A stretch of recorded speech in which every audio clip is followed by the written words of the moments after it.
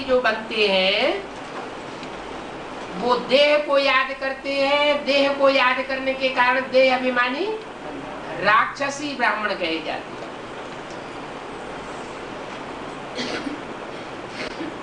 राक्षसी ब्राह्मण जैसे कुंभकर्ण, मेघनाथ और रावण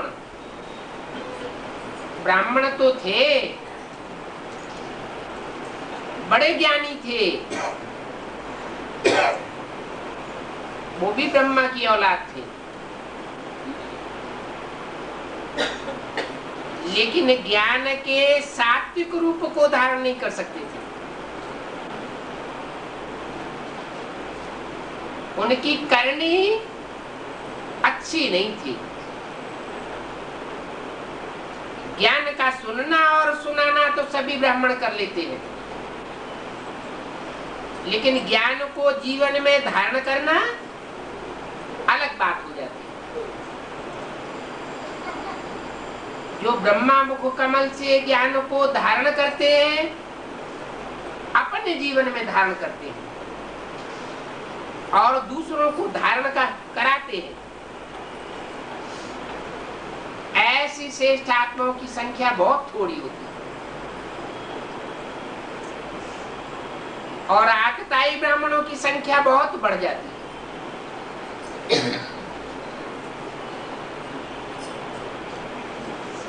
ब्रह्मा के तन में भले मां के रूप में परमात्मा शिव ने पार्ट बजाया, लेकिन जब तक साकार रूप में रहा,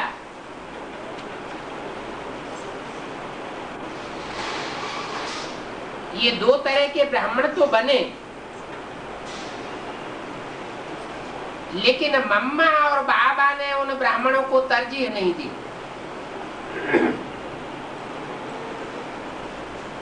बल्कि वो ब्राह्मण ब्रह्मा की गोदी में पलते रहे। आज भी ब्रह्मा कुमार कुमारी कहलाने वाले बाबा की वाणी पर ध्यान नहीं देते हैं, जो ब्रह्मा मुख कमल से निकली है। ब्रह्मा मुख कमल से निकली हुई वाणी आदेश देती है, तुम बच्चों को ब्रह्मा कुमार कुमारी नहीं लिखना चाहिए, तुम सिर्फ अम्मा के बच्चे नहीं हो, प्रजापिता ब्रह्मा कुमार कुमारी लिखना चाहिए।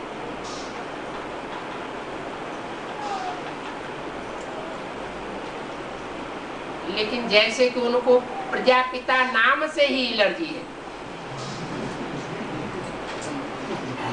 बाप का नाम ही नहीं लेना चाहते। क्यों नहीं लेना चाहते? क्योंकि बाप जो है वो सख्त स्वभाव का होता है और माँ लूज स्वभाव की होती है।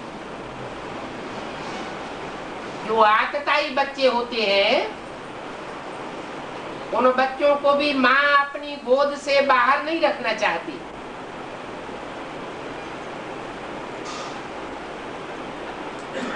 और बाप ऐसे बच्चों को झड़क के अलग कर देता है।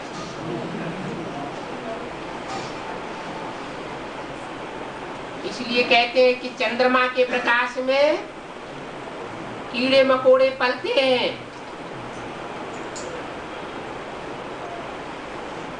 ज्ञान सूर्य बाप की रोशनी में ऐसे कीड़े मकोड़े तिल मिलाकर खलास हो जाते हैं। यहाँ तो स्थूल रूप में मरने और जिंदा रहने की बात नहीं है, यहाँ तो है परम पिता परमात्मा शिव की वाणी पर निश्चय बुद्धि माना जीते हैं और अनिश्चय बुद्धि माना मरते हैं। क्योंकि यहाँ तो नियम है मुरली से प्यार माना मुरलीधर से प्यार। अगर मुरली में जो ज्ञान के पॉइंट्स हैं, उन ज्ञान के पॉइंट्स पर मन चिंतन मंथन न चले उनसे प्यार नहीं हो तो उसको नहीं कहा जा सकता कि परमात्मा से प्यार है, क्योंकि परम पिता परमात्मा शिव ज्योति बिंदु तो निराकार है, इन आंखों से देखने में नहीं आता है। वो जब इस सृष्टि पर आता है तो पराये तन में आता है, चाहे वो पराया तन मुकर्रर रथ हो अथवा टेम्परेरी रथ हो। चलो ब्रह्मा के तन में टेम्परेरी रूप में आया, लेकिन जो ज्ञान की वाणी सुनाई, मुरली सुनाई, उस मुरली में बेसिक नॉलेज तो भरी हुई है ना। बेसिक नॉलेज से ही एडवांस नॉलेज निकलती है।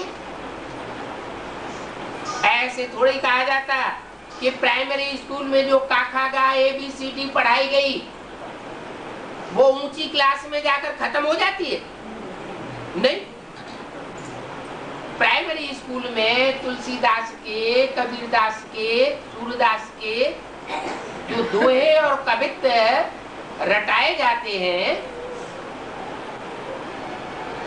वही कवित्व और चौपाइयां ऊंची क्लास में जाकर बताई जाती हैं, पढ़ाई जाती हैं, लेकिन उनके अर्थ गहरे हो जाते हैं। ऐसे नहीं कि प्राइमरी स्कूल में पढ़ाया हुआ सब खारिज कर दिया जाता है, नहीं।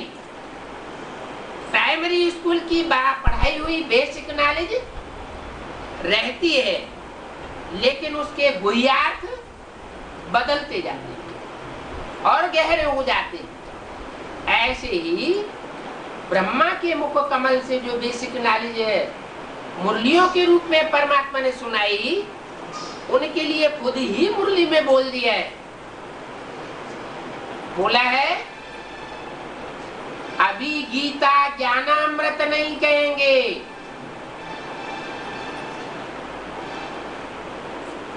गीता ज्ञान तो है लेकिन अमृत नहीं था। जब तक ब्रह्मा के मुख से वाणी चलाई गई उसको अमृत नहीं कहा जा सकता। क्यों नहीं कहा जा सकता? क्योंकि शास्त्रों में लिखा हुआ है सागर मंथन हुआ, और जब मंथन हुआ तो देवताओं असुरों दोनों ने मंथन किया, और मंथन करते समय जो रस्सी बनाई गई वो सर्प की रस्सी बनाई गई, वासुकी नाग। उसके मुख के ओर राक्षसों ने पकड़ा और पूंछ की ओर देवताओं ने पकड़ा। माना देवताई आत्माएं जो होती है वो मुरली को फॉलो करती हैं पूंछ पकड़ के।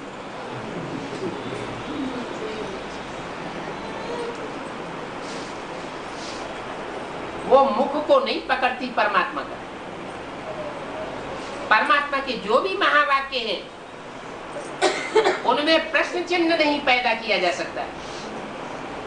परमात्मा के वाक्य पत्थर की लकीर है, आज नहीं तो कल सच्चे साबित हो जाएंगे।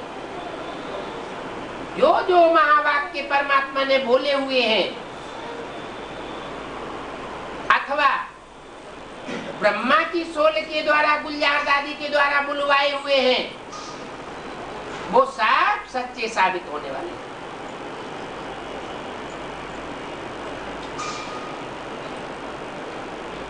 क्रॉस करने की कोई बात ही नहीं। जो मुरली में बोला है ब्रह्मा के द्वारा,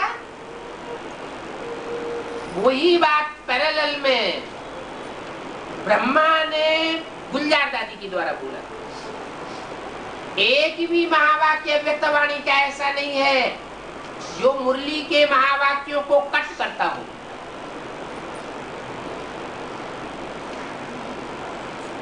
नहीं तो दो आत्माएं जब वाणी चलाती हैं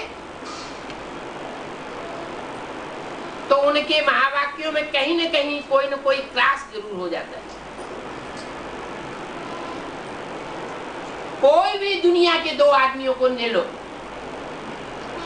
उनकी सुनाई हुई बातों में और दूसरे व्यक्ति की सुनाई हुई बातों में अंतर थोड़ा बहुत जरूर पड़ेगा, लेकिन ये गारंटी है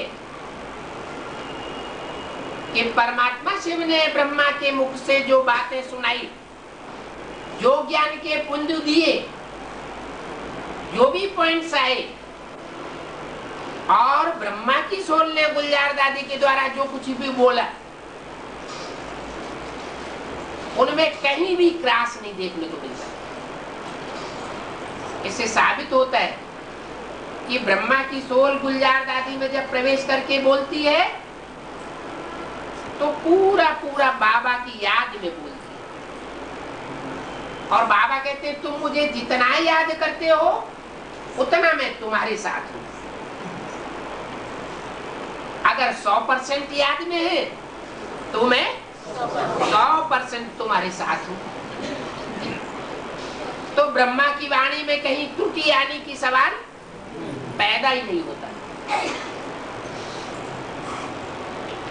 ब्रह्मा मुख से जो कुछ भी बोला वो भी सत्य, और गुलजार दादी के मुख से ब्रह्मा की सोल ने जो कुछ भी बोला वो भी सत्य। इतना अंतर जरूर है कि सुप्रीम सोल ने ब्रह्मा के मुख द्वारा जो सुनाया, सुप्रीम सोल ज्ञान का सागर है, ज्ञान सूर्य है, तो जो कुछ भी सुनाता है वो ज्ञान की बातें सुनाता है। और ब्रह्मा की सोल सृष्टि का पहला देवता है। क्या? परमात्मा नहीं है, क्या है? पहला देवता। तो जो जैसा होगा वैसे ही वाणी तो सुनाएगा। देवता होगा तो दिव्यता से भरी हुई वाणी सुनाएगा। पहला देवता है तो जरूर दिव्य गुणों से भरी पूरी वाणी चलाता है। देवता की सोल दिव्य गुणों से भरी पूरी वाणी नहीं चलाएगी तो और कौन चलाएगा? तो इतना अंतर जरूर है। गुलजार दादी के मुख से जो कुछ भी सुनाया गया, जिनमें दिव्य गुण नहीं है उनको वो पानी पढ़ने में बहुत अच्छी लगती है।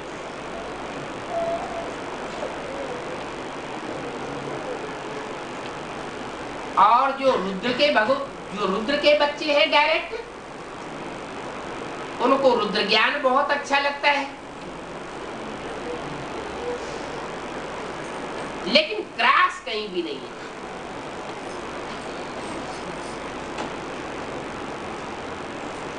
फिर ये मुखवंशावली ही सब क्यों नहीं बनते? मुखवंशावली कहां से बन जाते हैं? क्या जवाब आया? मुख माना देह है। जिन्होंने देहधारियों को ज्यादा प्रेफरेंस दिया, वाणी को प्रेफरेंस नहीं दिया, वो कुखवंशावली राक्षसी ब्राह्मण बनती है। परमात्मा शिव तो आकर के ज्ञान की वाणी चलाती है। ज्ञान माना ज्ञानकारी, जानकारी माने सच्चाई की जानकारी। वो है ट्रुथ गॉड फादर। अंग्रेज लोग उसको कहते हैं गॉड इज ट्रुथ। क्या है? सच्चाई को तो गॉड कहा जाता है, नहीं तो वो बिंदी है, वो तो शरीर धारण ही नहीं करता। तो जब भी सृष्टि पर आता है, जब ये सृष्टि झूठ की दुनिया बन जाती है, कैसा झूठ? 100% झूठी बन जाती है। तुलसीदास जी तो लिख दिया है, झूठ है लेना, झूठ है देना, झूठ है भोजन, झूठ चबेना। मनुष्य झूठे बन जाते हैं। मनसा से झूठे वाइब्रेशन चलाएंगे, वाचा से कुछ न कुछ झूठ जरूर बोलेंगे, कर्मेंद्रियों से जो कर्म करेंगे वो भी झूठे कर्म करेंगे।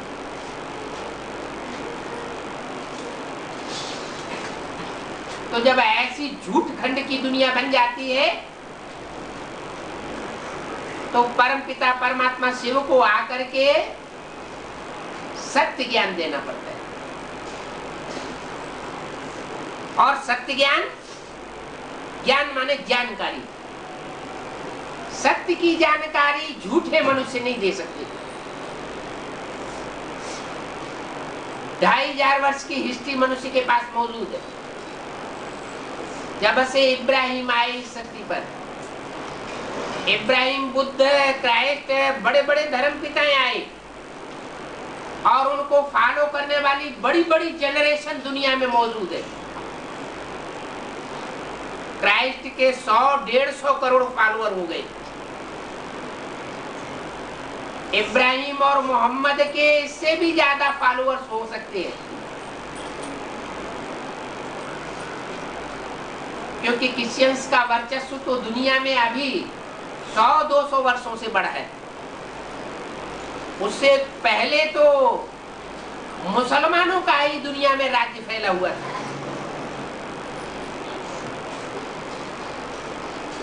क्योंकि मुसलमानों में यूनिटी बहुत थी। कोई भी मुसलमान हो, काबा में उसकी बुद्धि रखी रहती है।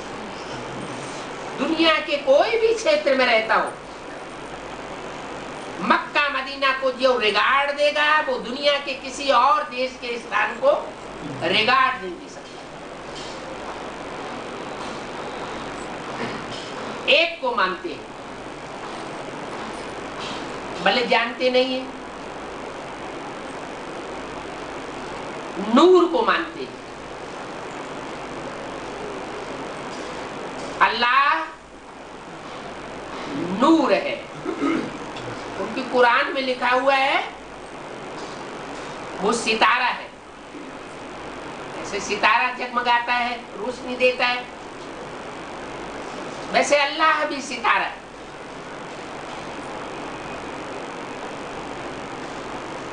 तो उनकी एकाग्रता बनी रहती है एक रूप के ऊपर। इसलिए सारे विश्व में मुसलमानों ने राज्य किया, ज्यादा से ज्यादा तादाद में।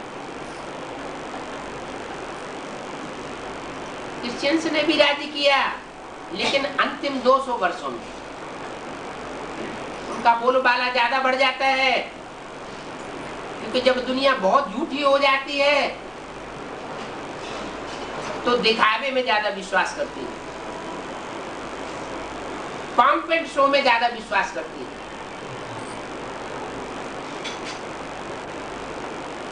तो जब पंप एंड शो वाली दुनिया हो जाती है तब सुप्रीम सोल इस सृष्टि पर आता है और सच्चाई बताता है।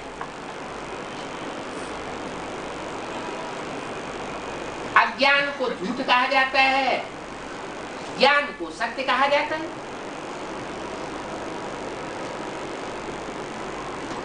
और लास्ट में जाकर के सारे संसार में प्रत्यक्ष होता है।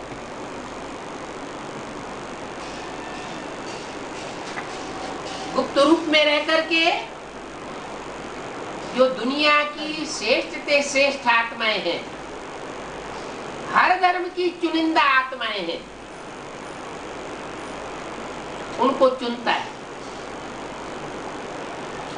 कोई भी ऐसा धर्म नहीं है जिसमें अच्छी आत्माएं न हो। अच्छे और खराब तो हर जगह होते ही।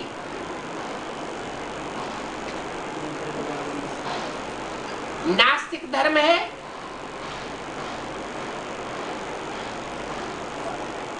आत्मा को भी नहीं मानते, परमात्मा को भी नहीं मानते, स्वर्ग को भी नहीं मानते, नरक को भी नहीं मानते, कुछ भी नहीं मानते। सिर्फ वो अपने अहंकार को ही सबसे आगे रखते हैं।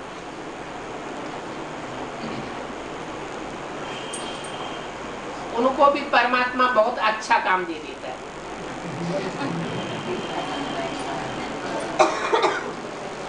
क्या अच्छा काम देता है? कहते हैं विनाश भी कल्याणकारी है। ये काम सब कोई के करने का नहीं है।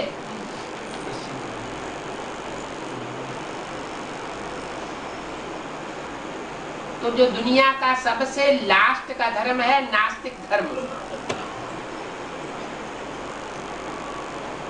उस बच्चे को भी चुन करके झाड़ में अपने सबसे नजदीक बैठाया हुआ है।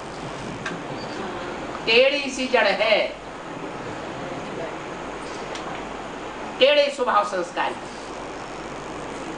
कहते भी है माँ बाप के कई बच्चे होते हैं तो जो छोटा बच्चा होता है वो बहुत लाडला होता है, लेकिन दुनिया कहती है छोटा सो बहुत खोटा।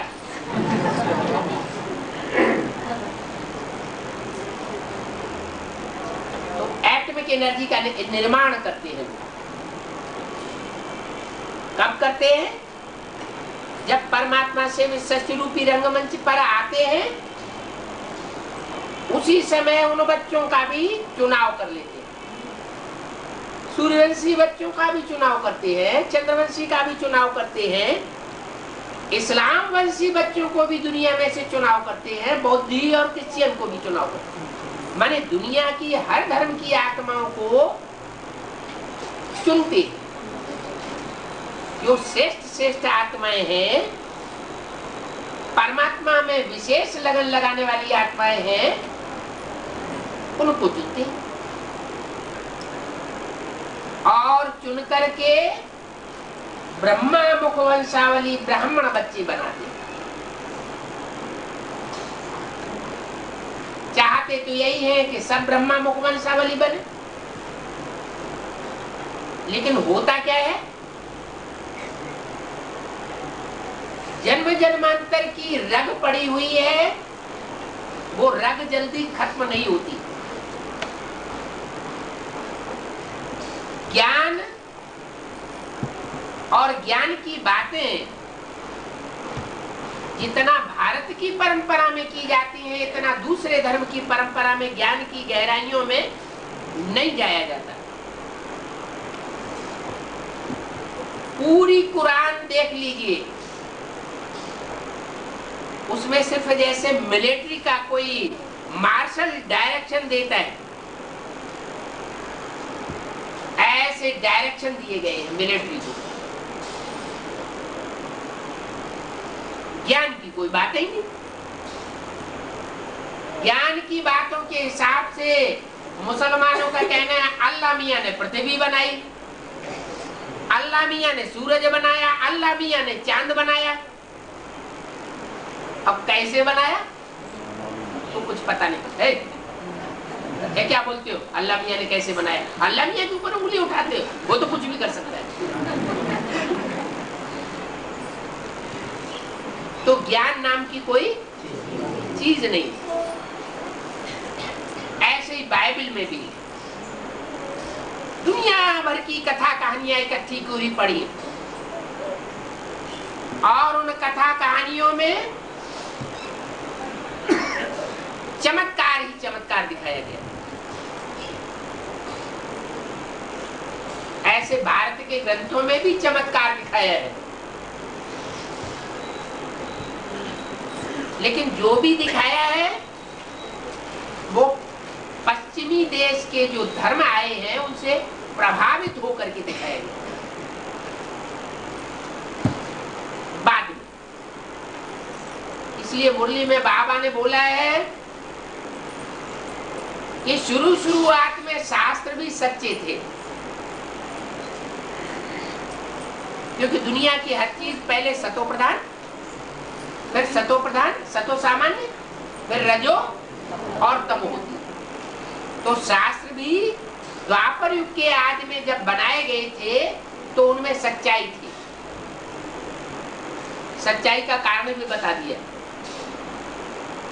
शास्त्रों में जो मुख्य शास्त्र है भारतवासियों का, श्रीमद् भगवत गीता, उस श्रीमद् भगवत गीता में साकार का नाम नहीं था कहीं भी। बाद में उस गीता में मनुष्य गुरुओं के द्वारा जो कृष्ण के उपासक थे उन्होंने श्री कृष्ण भगवान वाच डाल दिया। बस हो गया सत्यानाश। अगर साकार का नाम न डाला जाता तो दुनिया के सभी धर्म के लोग गीता को अपनी पुस्तक के रूप में मानते और गीता ज्ञान को बहुत तरजीह देते, लेकिन उसमें साकार का नाम डाल दिया तो दूसरे धर्म वालों ने उसको श्रेष्ठ नजर से देखना बंद कर दिया। क्योंकि निराकार को तो सब मानते हैं, चाहे स्वधर्मी हो, चाहे विधर्मी हो, चाहे स्वदेशी हो, चाहे विदेशी हो, लेकिन साकार को सिर्फ भारतवासी मानते हैं, सभी धर्म के लोग नहीं मानते। तो जो आदि में, द्वापर के आदि में जब शास्त्रों की रचना हुई थी तो गीता सात्विक थी, सत्व प्रधान थी। बाद में जब श्री कृष्ण का नाम ऐड किया गया तो हिंदुओं के शास्त्र भी सब झूठे होने लगे। जिसने जैसा चाहा वैसा उनका अर्थ करना शुरू कर दिया, व्याख्याएं करना शुरू कर दी।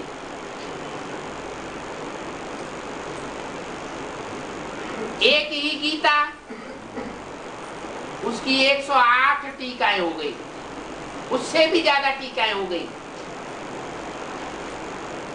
शंकराचार्य की गीता, माध्वाचार्य की गीता, टैगोर गीता, पता नहीं कितनी कितनी व्याख्याएं हो गई।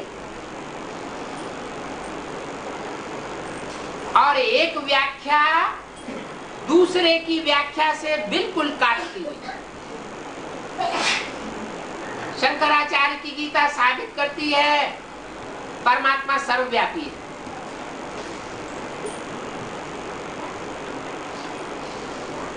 एको ब्रह्म द्वितीयो नास्ति। और माध्वाचार्य की गीता साबित करती है आत्माएं अनेक हैं और सब अलग अलग है और परमात्मा उनसे तुरीय है, अलग है। तो एक दूसरे को मूल में ही काटती है।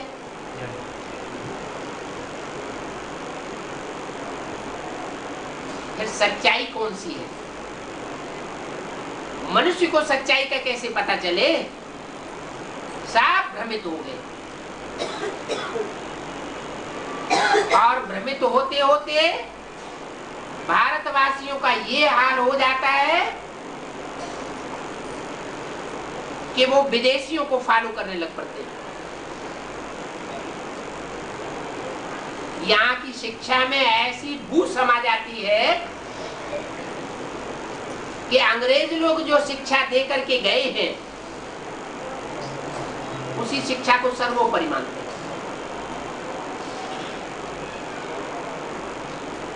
अंग्रेज लोगों ने सिखाया खूब पढ़ो लिखो और नौकरी करो, तो नौकरों को बहुत ऊंची दृष्टि से देखा जाता है। अब नौकर तो नौकर, चाहे गवर्नमेंट के नौकर हो, चाहे प्राइवेट नौकर हो, चाहे ऊंची नौकरी हो, चाहे छोटी नौकरी हो, आखिर किसी के नीचे काम करेंगे ना, अंडर में रह करके काम करेंगे ना। तो ये हुई आधीनता की पढ़ाई। बाप कहते हैं, सुप्रीम सोल बाप आकर के हम बच्चों को जो पढ़ाई पढ़ाते हैं उसके लिए बोलते हैं, बच्चे मैं तुमको आधीन बनाने के लिए नहीं आया हूं, मैं तुमको स्वाधीन राजा बनाता हूं। और एक जन्म का नहीं बनाता हूं, ऐसी पढ़ाई पढ़ाता हूं राजयोग की, जिस राजयोग से तुम जन्म जन्मांतर के लिए राजा बनते हो, कोई के अधीन नहीं रहते।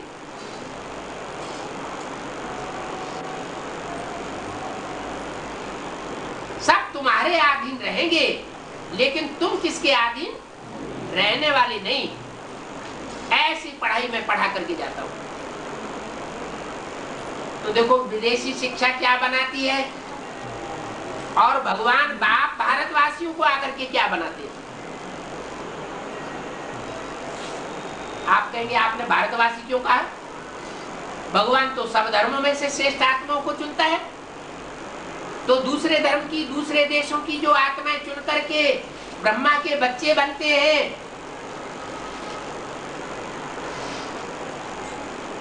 वो श्रेष्ठ कैसे हुए?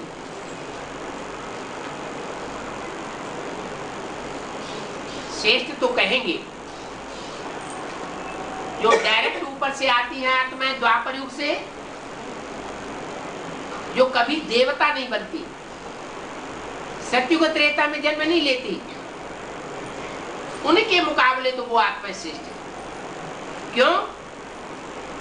क्योंकि जो देवताएं थे वही द्वापर युग से दूसरे दूसरे धर्मों में कन्वर्ट होते रहे। देवताएं हिंदू कहे गए द्वापर से, और हिंदू ही दूसरे धर्म में कन्वर्ट हुए। इसलिए भारतवासियों की जनसंख्या कम होती गई, और विदेशियों और विधर्मियों की जनसंख्या बढ़ती गई। भारतवासियों की जनसंख्या इसलिए कम हुई कि वो दूसरे धर्मों में कन्वर्ट हुए। क्यों कन्वर्ट हुए? क्योंकि दूसरे धर्म के जो धर्म पिताएं आते हैं वो देवताओं की पवित्रता को नहीं पहचानते, वो व्यभिचार फैलाने वाले होते हैं। व्यभिचार माना सारी दुनिया को वैश्यालय बनाने वाले होते हैं। और भगवान ने आकर के जो दुनिया स्थापन की थी वो शिवालय बनाई थी। उस शिवालय की दुनिया में राधा की आंख कृष्ण में ही डूबती थी और किसी में नहीं डूबती, और कृष्ण की आंख राधा में ही डूबती थी। दृष्टि मात्र भी व्यभिचार नहीं था, तो कर्मेंद्रियों से व्यभिचार होना तो बहुत दूर की बात। और सतयुग त्रेता दो युगों में इतनी अव्यभिचारी शिवालय की दुनिया थी। जब से ये विधर्मी आए, इन्होंने संसार को व्यभिचार में ढकेल दिया, वैश्यावृत्ति में ढकेल दिया। दृष्टि से, वृत्ति से, वाचा से और कर्मेंद्रियों से भी व्यभिचार संसार में फैलाया। क्यों फैलाया? क्योंकि इन्हें तो अपनी जनरेशन बढ़ानी थी। सतयुग त्रेता में जनरेशन जास्ती नहीं बढ़ती, क्योंकि श्रेष्ठ इंद्रियों से संतान पैदा होती है, इसलिए देवभान आता ही नहीं। द्वापर युग में भ्रष्ट इंद्रियों से संतान की उत्पत्ति होना शुरू हुई, क्योंकि इन धर्म पिताओं ने आकर के द्वैतवाद फैला दिया।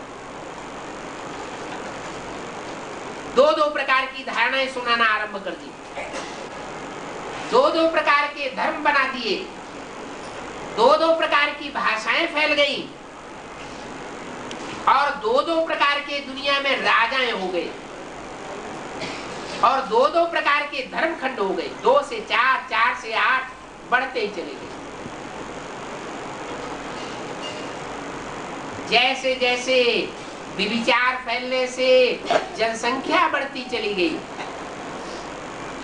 वैसे वैसे दुनिया में धर्मखंड भी बढ़ती चली गई।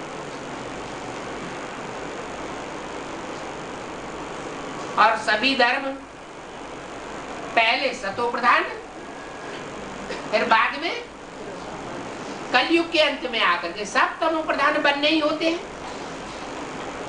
तो ऐसे ही हुआ।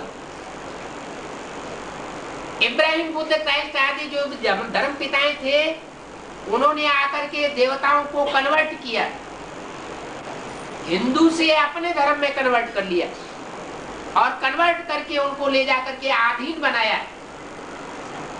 आधीन बना करके उनको, उनकी आत्मा को जैसे मार दिया। आधीन जो होता है वो अपनी बुद्धि नहीं चलाता। तो जो भी आत्माएं दूसरे दूसरे धर्म में कन्वर्ट होकर के चली गई, भगवान बाप तो जानता है कि ये देव आत्माएं थी। तो जब नई सृष्टि आकर के रचता है तो उन आत्माओं को उठाता है, उठाता तो है, लेकिन जो दूसरे धर्म से आई हुई आत्माएं हैं वो पहले सुधरेंगी, या वो आत्माएं पहले सुधरेंगी जो आदि से लेकर के, सतयुग से लेकर के कलयुग अंत तक अपने धर्म की पक्की रहती है। कौन सुधरेंगी? वो है सूर्यवंशी और चंद्रवंशी। सतयुग के सूर्यवंशी और त्रेता के चंद्रवंशी। वो आत्माएं आदि से लेकर के अंत तक दूसरे धर्म में जीते जी कन्वर्ट नहीं होती। जो अपने धर्म का पक्का होगा वो कभी भी कन्वर्ट नहीं होगा, और जब दूसरे धर्म में कन्वर्ट नहीं होगा तो ज्यादा से ज्यादा सुखी रहेगा, दुख नहीं भोगेगा। इसलिए मनुष्यों की संस्कृत की गीता में भी बोला है, स्वधर्मे निधनम श्रेय परधर्मो भयावह। अपने धर्म में मर जाना अच्छा है, दूसरे धर्म जो है वो भय पैदा करने वाला है, दुख देने वाला है। तो जो आत्माएं दूसरे धर्म में कन्वर्ट होती रही वो ही माउंट आबू में आकर के ब्राह्मण बनी है। और जो अपने धर्म के पक्के थे, एकदम पक्के थे, वो यज्ञ के आदि में ही ज्ञान सूर्य राम वाली आत्मा के साथ यज्ञ छोड़ करके चले गए। क्यों चले गए उसका भी कारण बताया, मुरली में ही कारण बता दिया। शुरुआत में पूरा ज्ञान नहीं था तो छोड़ करके चले गए। शुरुआत में ओम ओम की ध्वनि लगाई जाती थी, जैसे दुनिया में कीर्तन करते हैं, भक्ति मार्ग में कीर्तन करते हैं ना। और पुरानी भक्ति मार्ग की गीता के ही अर्थ बैठ करके सुनाते थे, जैसे दुनिया में सुनाए जाते। तो सब भक्ति मार्ग के ही क्रियाकलाप चल रहे हैं। जैसे भक्ति मार्ग में अच्छे अच्छे भक्तों को साक्षात्कार होती रहती, ऐसे ही सिंध हैदराबाद में भी जो भी सत्संग में आते थे वो साक्षात्कार करते थे और रास रचते रहते। रास करना, प्रसन्न होना और साक्षात्कार करना। अल्पकाल का उमंग उत्साह तो बढ़ता ही है। ज्ञान नहीं था। जब ज्ञान की रोशनी नहीं है तो सूर्यवंशी बच्चे कैसे टिकेंगे? जो बुद्धिवादी होती है उन्हें तो बुद्धि का भोजन चाहिए। बुद्धिमानों की बुद्धि कौन है? परम पिता परमात्मा शिव है बुद्धिमानों की बुद्धि। इब्राहिम, बुद्ध, क्राइस्ट आदि जो धर्म पिताएं हैं उनको बुद्धिमानों की बुद्धि नहीं कहेंगे। क्यों? क्योंकि अगर वो भी बुद्धिमानों की बुद्धि होते तो जब वो आए थे इस सृष्टि पर तो सृष्टि को नरक से स्वर्ग बना देते। लेकिन क्या किया, और ही उनके आने के बाद ये सृष्टि नरक बनती गई। तो उनकी बुद्धि का दिवाला मारा गया, यही कहा जाएगा ना। एक शिव परमात्मा ही है जो बुद्धिमानों की बुद्धि है, और उस बुद्धिमानों की बुद्धि के जो डायरेक्ट बच्चे बनते हैं वो हैं सूर्यवंशी बच्चे। इसलिए संस्कृत की गीता में लिखा हुआ है कि जब मैं आता हूं तो सबसे पहले किसको ज्ञान देता हूं, सूर्य को ज्ञान देता हूं। तो सूर्य से सूर्यवंशी बच्चे पैदा होंगे।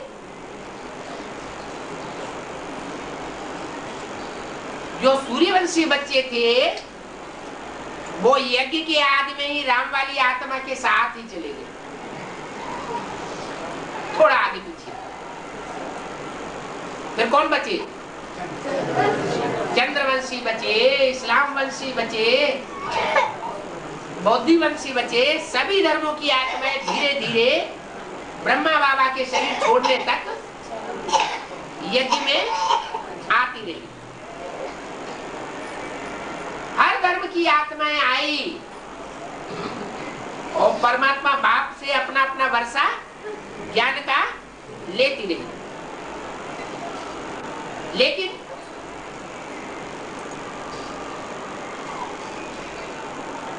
मुखिया कौन था यज्ञ में, मुखिया ज्ञान सूर्य था या ज्ञान चंद्रमा था, ज्ञान चंद्रमा मुखिया। और सरस्वती उनकी सहयोगिनी शक्ति। तो यथा राजा तथा प्रजा। चंद्रमा के प्रकाश में अच्छे भी पलते हैं और कीड़े मकोड़े भी बड़े आराम से रहते हैं। ऐसा ही हुआ। जो दूसरे धर्मों में कन्वर्ट होने वाली आत्माएं थी वो भी यज्ञ में पलती रही, और जो चंद्रवंशी आत्माएं थी किसी को दुख देने की उनमें प्रवृत्ति नहीं थी, वो भी पलती रही। अभी भी 10-12% ऐसी आत्माएं हैं चंद्रवंशी, प्योर चंद्रवंशी, पूरा ब्रह्मा को फॉलो करने वाली, जो अभी भी पल रही है। वो इतनी सहन शक्ति वाली है कि किसी का अपोजिशन नहीं करेंगे। कोई भी दीदी दादी दादाएं हो, कितना भी अत्याचार करें, वो ब्रह्मा के नाम को बदनाम करने वाली नहीं होगी, यज्ञ छोड़ करके नहीं भागेगी।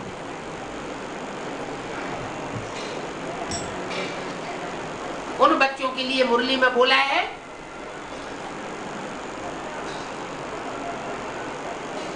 कि अंत में मक्खियों की रानी निकलेगी और उनके पीछे पीछे सारा ही झुंड जाएगा। क्योंकि जिनमें सहन शक्ति जास्ती होती है उनमें प्योरिटी भी जास्ती होती है। जिसमें सहन शक्ति नहीं होती है वो फटाक से तलाक दे मारती है।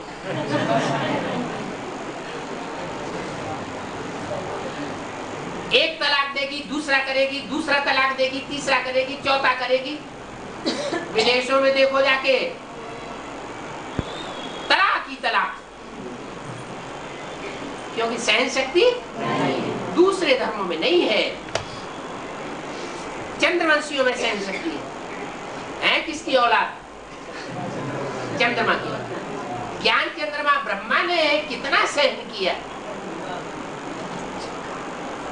बच्चों ने हार्ट फेल कर दिया और वो भी सहन कर लिया। चाहते तो बच्चों का अपोजिशन भी कर सकते थे, लेकिन अपोजिशन नहीं किया। तो जब ब्रह्मा बाप ही जिनका सहन शक्ति का भरा पूरा 100% हो, तो बच्चे कैसे होंगे?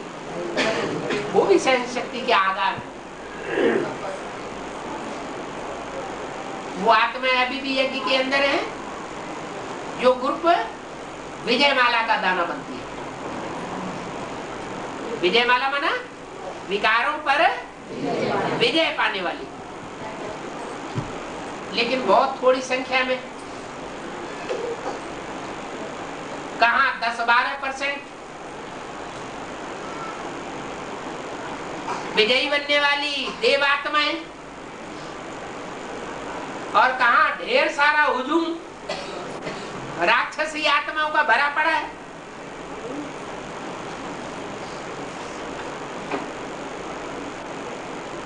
ब्रह्मा बाबा जीवित नहीं रहे, मम्मा ने पहले ही शरीर छोड़ दिया। तो मम्मा बाबा के शरीर छोड़ने के बाद यज्ञ के अंदर आपाधापी मच गई। जैसे द्वापर शुरू होता है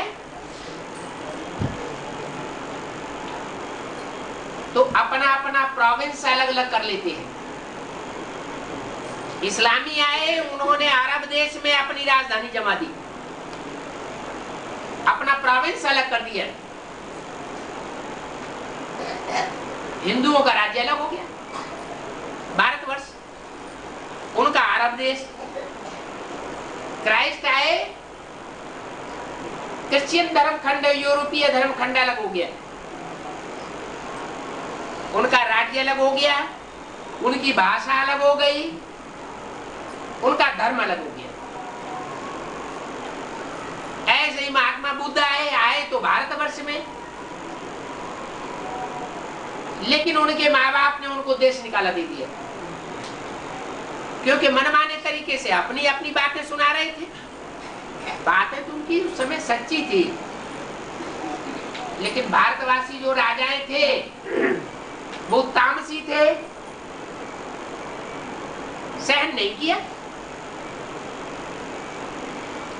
दूसरे देशों में जाकर के उन्होंने अपने धर्म को फैलाया, चीन, जापान आदि में, और बौद्ध धर्मखंड भी स्थापन हो गए। तो जैसे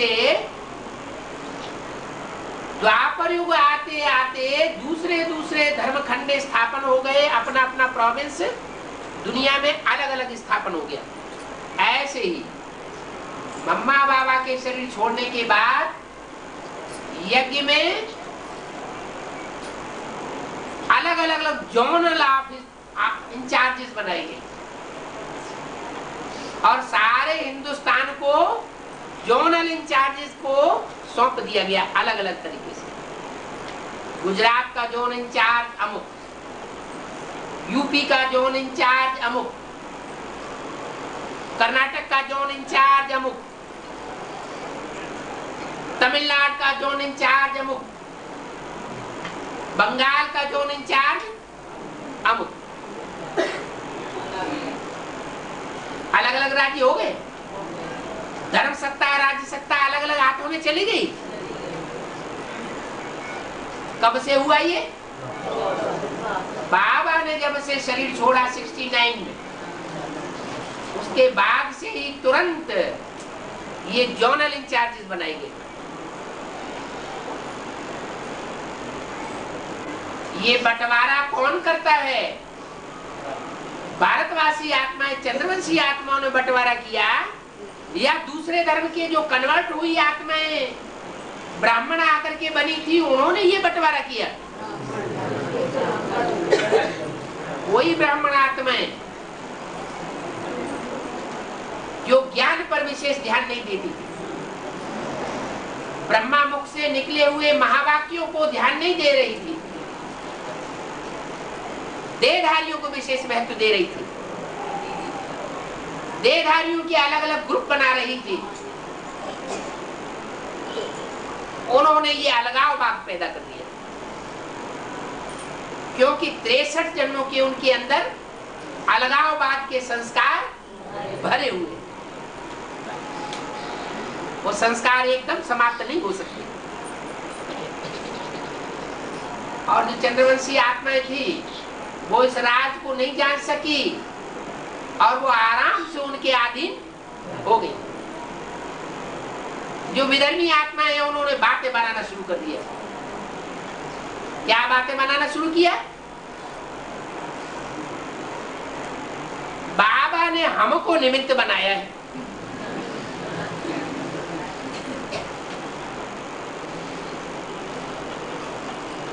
हम पहले भी बाबा के जमाने में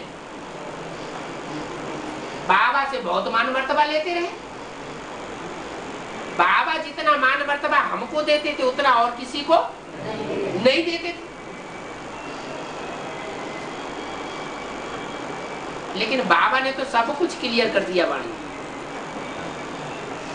अव्यक्त वाणी जो चली उसमें भी बता दिया। इस यज्ञ की देखरेख, सब सेंटर्स की देखरेख मनमोहिनी दीदी करेगी। और जो ऑफिस में, हेड ऑफिस माउंट आबू में जो लिखा पढ़ी का कार्य चल रहा है, जो ईशु दीदी दादी संभालती थी, उसमें कुमार का सहयोगी रहेगी। इसका मतलब हेड ऑफिस में हेड क्लर्क ईशु और असिस्टेंट क्लर्क किसको बनाया? कुमार का। लेकिन हिंदुस्तान में अभी कलयुग में क्या हो रहा है? कोई भी ऑफिस में चले जाओ, जो ऑफिसर है वो सिर्फ कुर्सी पर बैठता है और सारी सत्ता क्लर्कों के हाथ में होती है। ये लाल फीता शाही का जमाना चलता है। ऐसे ही यज्ञ में हुआ।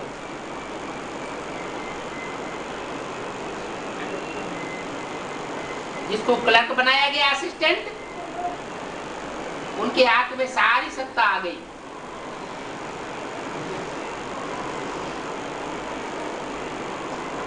और जिनको मुखिया बनाया गया था वो प्राण पखेरु छोड़ करके चले गए।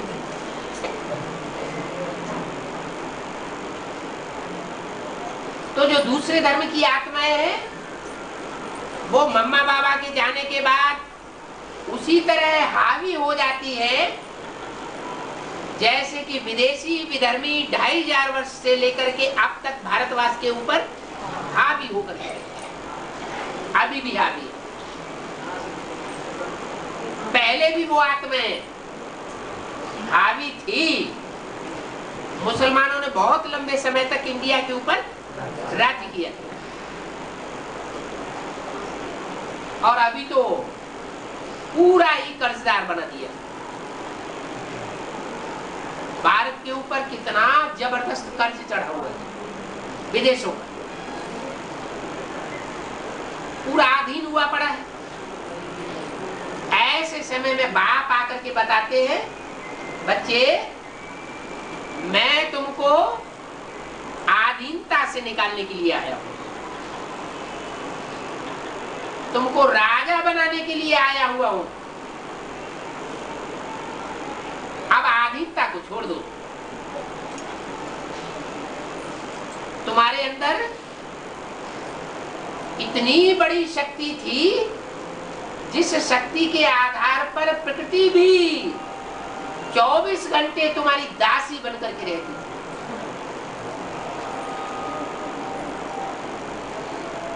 तुम्हें धन धान्य कमाना नहीं पड़ता था। हीरे जवाहरातों के ढेर लगे रहते थे और 36 प्रकार के जो भोग हैं वो भी तुमको बनाने खाने नहीं पड़ते थे। प्रकृति सब कुछ मुहैया कराती। एरोप्लेन के कारखाने नहीं थे, ऐसे बड़े बड़े सुंदर सुंदर पक्षी थे जिन पक्षियों पर बैठ करके तुम आकाश में उड़ान भरते थे, तुम्हारी अपनी अपनी फैमिली के अपने अपने उड़न खटोले थे, उनको इशारा करते थे, आंख का इशारा पकड़ते थे, इधर तो इधर उड़े, इधर तो इधर उड़े, ऊपर तो ऊपर गए, नीचे तो नीचे आए। हैं? बोलने की भी जरूरत नहीं पड़ती। सामने देखते तो सामने दौड़ते हैं। वो तो ऊपर बैठा हुआ है, और उनकी आंखें सामने है। नहीं नहीं, उनकी आंखें ऐसे जैसे कौवे की आंख चारों तरफ रहती है, ऐसे अपने मालिक की तरफ आंख रहती थी। तो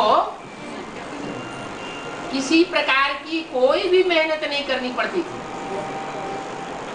सारी प्रकृति, सारी कुदरत तुम्हारी मुट्ठी में थी।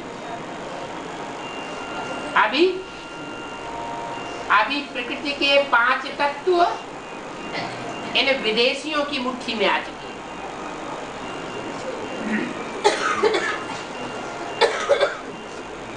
वो 5 तत्वों को कंट्रोल की हुई पावर कुछ तुमने भी उनसे सीख ली है, नकल कर ली है।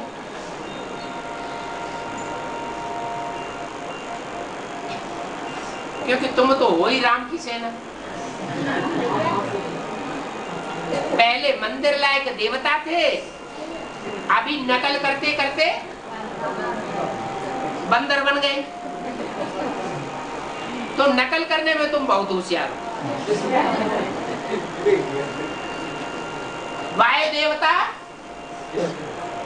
को उन्होंने कंट्रोल करना सिखाया और हमने कंट्रोल करना सीख लिया। एक बटन दबाया और पंखा घूमता।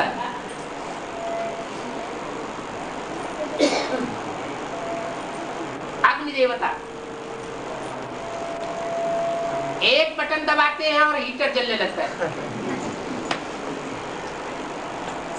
अभी तो अग्नि देवता ऐसा स्वरूप धारण कर चुका है कि एक बटन दबाएं और धूम धाम एटम बम फटने लग पड़े।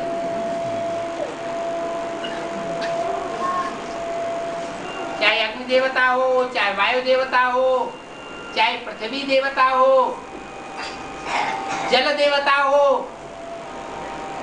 सब कंट्रोल कर लिए हैं विदेशियों। लेकिन जो पूरी प्रकृति है संघातमयी, वो अभी भी किसी के कंट्रोल में नहीं है। ये प्रकृति को कंट्रोल करना मैं तुमको सिखाता हूं। पृथ्वी, जल, वायु, अग्नि, आकाश, उन्होंने तो अल्पकाल के लिए कंट्रोल किए और मैं तुमको 2500 वर्ष तक के लिए कंट्रोल करना सिखाता हूं।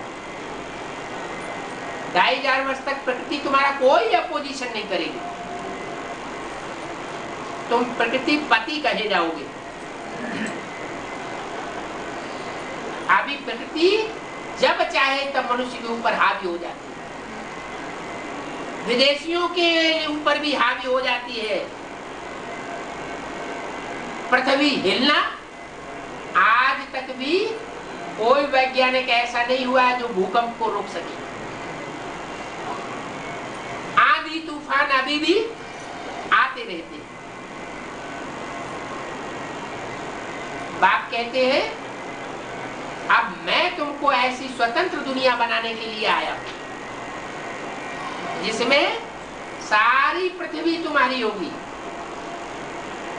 सारा आकाश तुम्हारा होगा और सारा समंदर तुम्हारा होगा। अभी क्या है? अभी तुम्हारा एरोप्लेन दूसरे के आकाश में चला जाए, मार देंगे, गिरा देंगे। तुम्हारा जहाज दूसरे के समंदर में चला जाए बिना परमिशन के, तो उसको खलास कर देंगे। तो अभी हदें हैं, ये मनुष्य की बनाई हुई हदें हैं। भगवान बाप आकर के इन सब हदों को तोड़वा देते। लेकिन इतना लंबा टाइम क्यों लगता है? इस यज्ञ को शुरू हुए कितने वर्ष हो गए हैं? 70 साल होने जा रहे हैं। 70 साल होने के बावजूद भी प्रकृति हमारे कंट्रोल में क्यों नहीं आई? बाप की कुंडली में कहते हैं, बच्चे तुम हेवनली गॉडफादर के बच्चे हो तो तुम स्वर्ग में होने चाहिए ना, फिर नरक में क्यों बैठे हो? 70 साल हो चुके, वो 70 साल के बाद स्वर्ग में होने चाहिए, नरक में होने चाहिए है? अरे दुनिया में भी बाप का बच्चा बनता है तो 18, 20, 25 साल में बाप का वर्षा ले लेता है। अब यहाँ 70 साल के हो गए।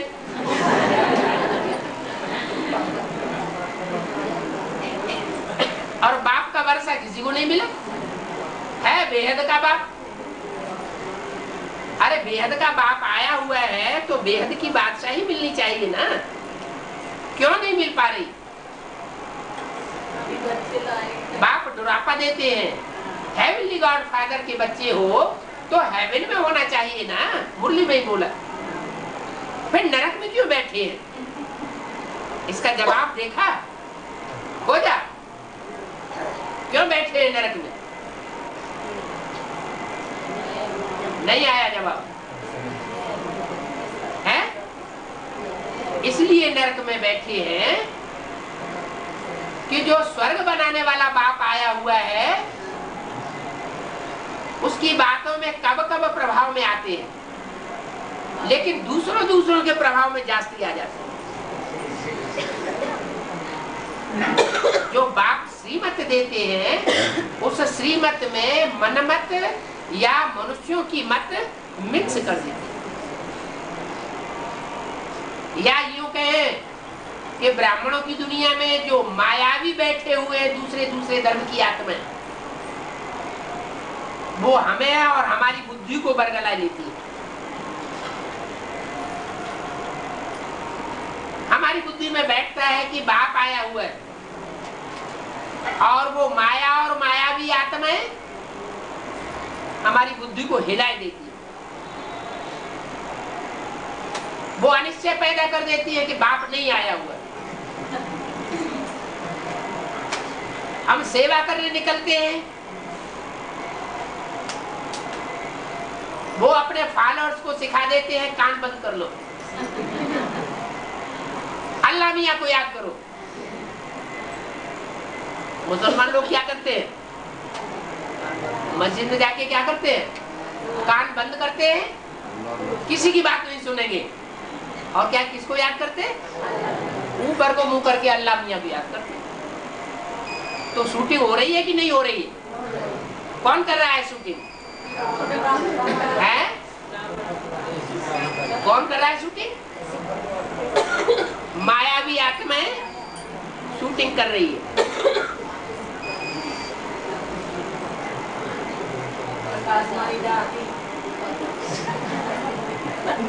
माया को बेटी कहा जाता है। बाप कहते हैं माया मेरी बेटी है। बेटी को भी काम मिला हुआ है, क्या हिलाने का काम मिला हुआ है? ऐसे ही जो आया उसी को हिलाती रहेगी क्या? नहीं, उसको भी जो काम मिला हुआ है उसका भी कानून है। क्या कानून है? बच्चे जो मेरी मत पर नहीं चलते हैं, जो बच्चे श्रीमत पर नहीं चलते हैं, हे माया बेटी तुम खूब फटकाओ, फटका के उनकी हवा निकाल दो।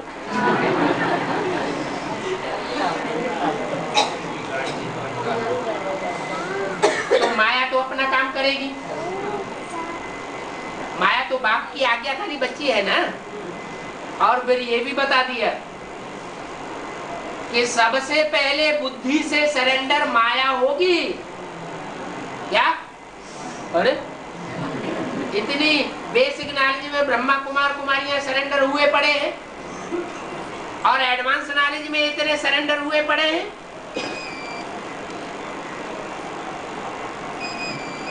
वो बुद्धि से सरेंडर नहीं है, है? क्यों?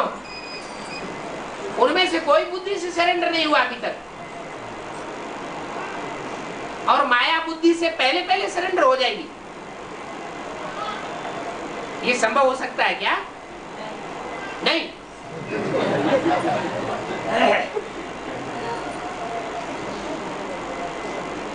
बाप ने बोला है तो जरूर पत्थर की लकीर बोली होगी। क्या? वास्तव में माया पहले बुद्धि को सरेंडर कर देगी।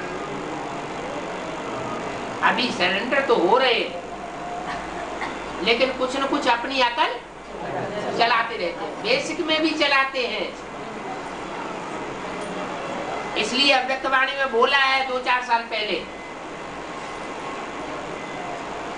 कि ऐसे नहीं समझना, ये आखिरी समर्पण समारोह है। अव्यक्त बाप दादा ने गुलजार दादी के मुख से बोला, अभी दोबारा भी समर्पण समारोह करेंगे। क्या? जो दोबारा समर्पण समारोह होगा उसमें माया अव्वल नंबर ले लेगी।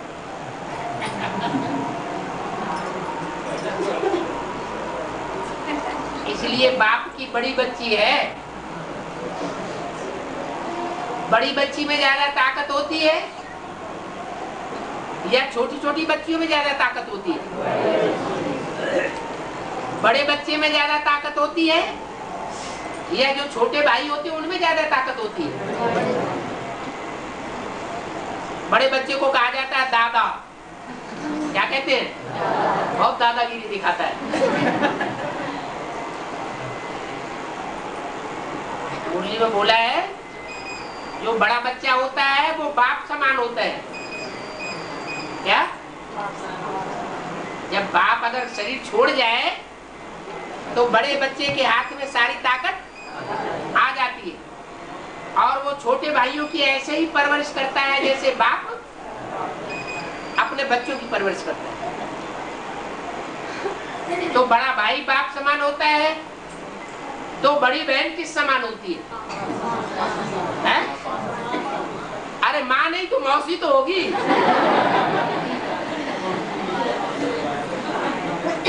मौसी की भी तो बहुत मान्यता होती है। मुरली में माया मौसी बोला है या नहीं बोला है? बोला है। बच्चे जब नाराज होते हैं ना तो भाग जाते हैं घर छोड़ के, और उनको ढूंढा जाता है, ज्यादातर कहाँ मिलते हैं? मौसी के घर में मिलते हैं।